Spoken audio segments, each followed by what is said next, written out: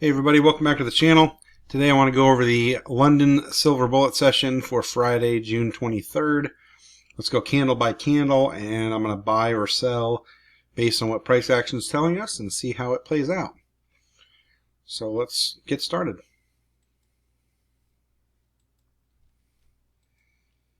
We've got some relatively equal lows down here.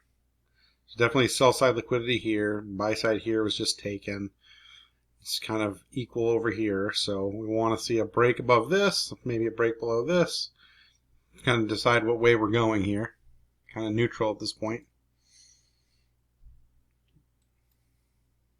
Okay, so there's relatively equal highs, like I just said. Those are just been broke right there. Let's see if we get anything more. We do. Okay, so it's definitely broke right there. That's good. So now I need to see this broken for a market structure shift. Let's see what happens. Coming down. Does fill in this fair value gap. I don't chase it that way. I don't trust that. So I need to see more break of structure for me to go long at this point.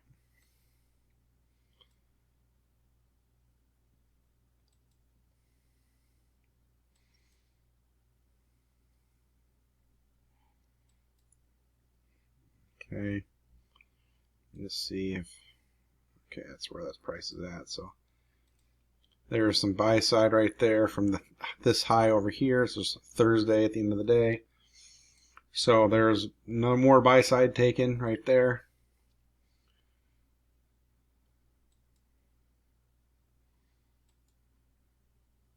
Swing low, so maybe if it reverses, you can get in on a trade somehow. Ideally, I'd like to see this broke. We'll see what price gives us here.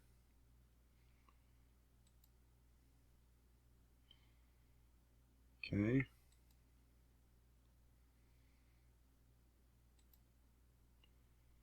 Okay, so it does break. That short-term low is cleared right there. There's no fair value gap to get in. Still no fair value gap.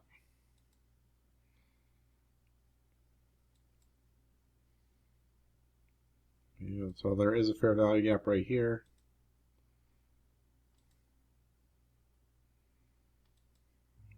There you go. There's a fair value gap. Let's see if it comes in there. I'll take a trade.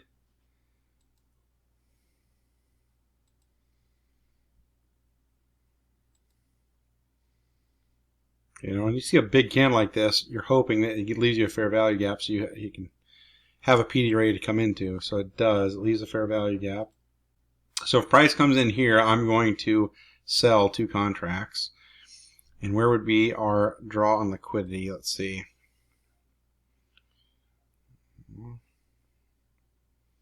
Probably this right here. Say about right here. That's 7. Oh, that'd be good. Okay. So just measuring it. What I did is I just hit the shift key on Windows and drag it up, and you can measure things that way. I'm looking for at least 5 handles. So I'd go, if it comes back into this, I'm going to target these lows right here. So let's see if price comes back in there. Again, this is trading view, so wherever candle stops, okay, like I said, I'm going to short right there. So you'd sell right there. My stop would go above, 1 tick below, above this first candle. And then right here would be my drawn liquidity. Those lows right there, as I said. So where do I take partials? I take partials below these right here, this right here. I know that's only about 50%. Ideally, I'd like them to be down here. Okay, but why am I putting them right here? Is because there's a lot of swing low, swing low, swing low, swing low, a lot of liquidity right here. So it could very well hit this and then reverse. And so I definitely want to, you know, protect my position by taking a partial here and lowering my risk to break even. So anything that closes below this line, I'm going to take a partial, and I'm going to remove my stop to break even. Okay? So let's see how this goes. Oh, that was good. That's a good candle right there. Okay, so now we buy one right there. Now let me put my trailing stop here. Trailing stop. So my stop would be right about here right now. So if it comes back up, it takes me out. It's break even, but I took $200 off the market, so I'm perfectly fine with that. Okay. Now for me, when it goes to about the 75% range, I do lower my stop to 25%, somewhere in here. It's really off structure. If there's a swing high here, I'd use that. But right now, I'm just giving myself a little bit more profit. You can do that, or you can just leave it right here and just let it play out. If it comes down to this range, though, the 80-90% range, I don't think it's very smart to leave your stop all the way up here. I'd move it down to protect more position, especially if you're in a trailing drawdown in a prop firm. So I'll move my stop to right here, just to show you what I would do in live trading, because I protect my position. And right there, I'd probably move it to the top of this fair value gap because of it one tick above, so I'd be right here. This fair value gap I want to see remain open. There's a volume imbalance right here. Let me mark these out. If these start breaking upwards, I'm going to want to see them be respected if it comes up. So I want to see it hold price.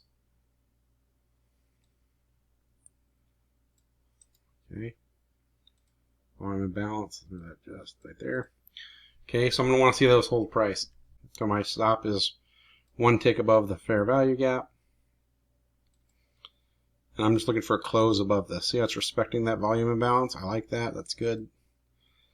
Now it's on the high, but it came down. It's still being respected. That's good.